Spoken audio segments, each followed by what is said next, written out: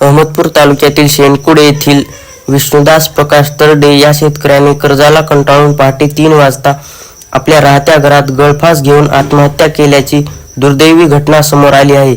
या घटनेने सर्व गावावर शोककळा निर्माण झाली आहे.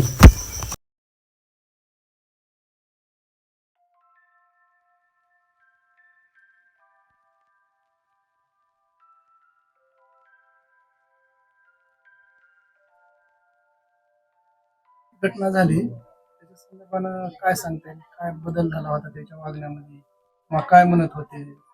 काय कर्ज झालं म्हणत होते, हा, दुसरं काही नाही, मला मरायचे असं म्हणले. कर्ज झालं म्हणले, दुसरं काय बी म्हणत नव्हते. असं करू नका म्हणून तुम्ही काय म्हणला आम्ही बकुळ नाही, मला हो हो म्हणत होते. हा. मग पुन्हा हे करायचं तेच केलीत. किती शेती आहे तुम्हाला? 5 एकर आहे. 5 एकर शेती आहे. बँकेचं कर्ज होतं का? बँकेचं कर्ज घेत. कर्जामुळे त्यांनी हे पाऊल उचललं.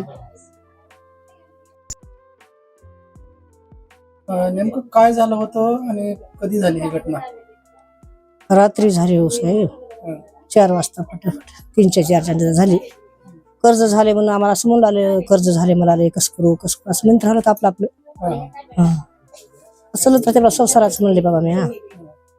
तसं केले. रात्री आम्ही मग बाहेर होता, मध्ये बाज घालून दिली झोपायला. मी बाज होती इथंच.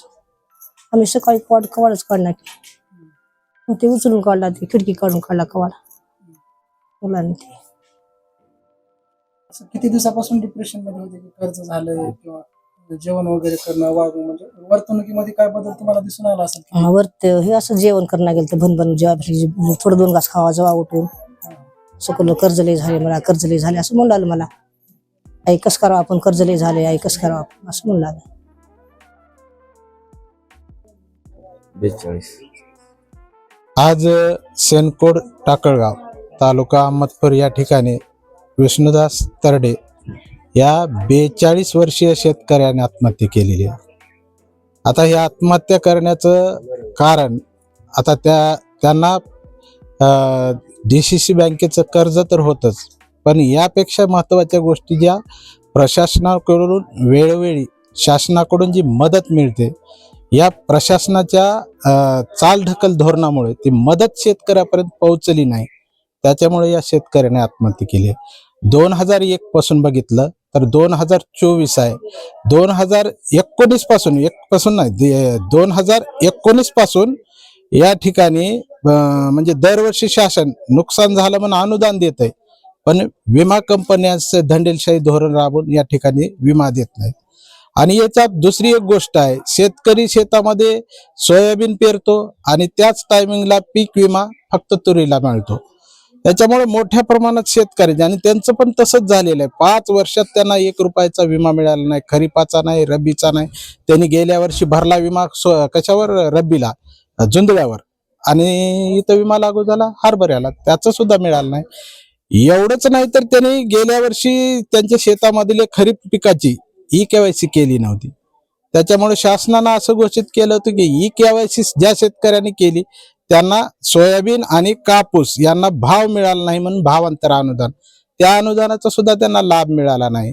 त्याच्यानंतर आज 2024 आहे. 2024च्या सप्टेंबर महिन्यामध्ये या ठिकाणी पिकाचं नुकसान, सोयाबीन कापूस पिकाचं नुकसान झालं म्हणून शासनाकडून हेक्टरी 13,500 अनुदान घोषित केलं होतं. पण ह्या प्रशासनाच्या दिरंगाईमुळे आपल्या महाराष्ट्रातल्या सगळ्या तालुक्यात, जिल्ह्यात सगळीकडे हे अनुदान वाटप झालेलं आहे. पण आमच्या अहमदपूर तालुक्यात, त्याच्या टाकळगाव मध्ये, ह्या शेनकोड मध्ये तर आज माझ्या माहितीप्रमाणे शेतकरी सांगायचे याद्या सुद्धा नाहीत. EKYC तर लांबच राहिली, आणखीन याद्या सुद्धा अपलोड झाल्या नाहीत. म्हणजे ही दुर्दैवाची गोष्ट आहे. माझ्या तर म्हणण्यानुसार हा जो आत्महत्याग्रस्त शेतकरी आहे, याच्या मृत्यूला जबाबदार असलेल्या कर्मचाऱ्यावर 302चा गुन्हा दाखल करायला पाहिजे. कारण ज्यासाठी तुम्हाला त्या ठिकाणी नेमणूक केले, त्या गोष्टीसाठी जर तुम्ही चालढकल करत असाल तर त्यांच्यावर 302चा गुन्हा दाखल का करण्यात येऊ नये. आता शेतकऱ्याच्यात मी आता दुसराच एक गोष्ट आहे, आता या ठिकाणी शेतकऱ्याने आत्महत्या केलेली आहे आणि इथूनच बाजूला सोऱ्याला सूर्यवंशी म्हणून आहेत, त्या शेतकऱ्याने तर शेतामध्ये तुरीला फवारायला पाणी, आता सोऱ्यामध्ये सुद्धा एक शेतकरी तुरीला फवारण्यासाठी पाणी आणायला विहिरीत गेला आणि तो बुडून मेला. असे प्रकार घडत आहेत, पण त्याच्याकडे प्रशासकीय यंत्रणा बघत नाही. आता सांगण्यासारखं खूप आहे. आताच्या गावामध्येच आल्यानंतर विषय निघाले किंवा 2009ला छत्रपती शिवाजी महाराज म्हणजे आपलं आघाडीचं सरकार असताना त्या ठिकाणी कर्जमाफी, त्याच्यानंतर सरकारकडून सन्मान योजना सुरू केलेली आहे. त्याचे सुद्धा लाभार्थी आज कित्येक लाभार्थी अप्रूव्ह नाही राही म्हणून तसंच राहिले. भरपूर कर्जमाफ्या झाल्या. त्या कर्जमाफीमध्ये थंब लावला नाही म्हणून शेतकऱ्याची कर्जमाफी करण्यात आलेली नाही. गोष्टी आहेत की ज्यामुळं पण ही राबवण्यासाठी जी प्रशासकीय आहे त्या यंत्रणाला या गोष्टीसाठी जबाबदार धरलं पाहिजे आणि त्यांच्यावर गुन्हे दाखल केले पाहिजेत. हीच आमची व शेतकऱ्याची मागणी आहे.